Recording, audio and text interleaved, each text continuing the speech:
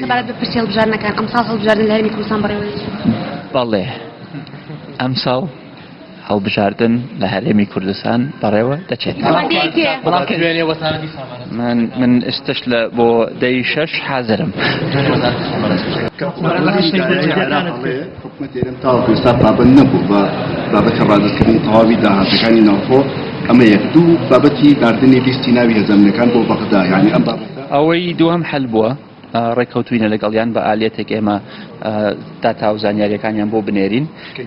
بۆیان نێرین بۆ مانگی پێشووتریش بۆمان ناردن بەڵام بە ئالێتێک ڕێککەوتوین کە هەم خۆیان پێیان باش بوو هەم ئێمەش سەبارەت بە داهاتی نانەوتیش ئێمە گەیشتونێتە ڕێککەوتنێک لەسەر کە ئەوەی کە ئەم داهاتە ئەبێ ڕادەست بکرێ ئێستا ئەمێنێتەوە لەسەر چۆنیەتەکەی ئەوە وەفتەکانمان کە ئەچن بۆ بەغاو وەفتەکانیان کە دێن بۆ ئێرە لەسەر ئەو ئالێتە ڕێەکەوێنەگەنا ئێمە وەکو حکوومەتی هەرێمی کوردستان هیچ لاریمان نییە و هیچ عقدەیەکمان نییە لەگەڵ ناردنی داهاتی نانەوتی بۆ عێراق.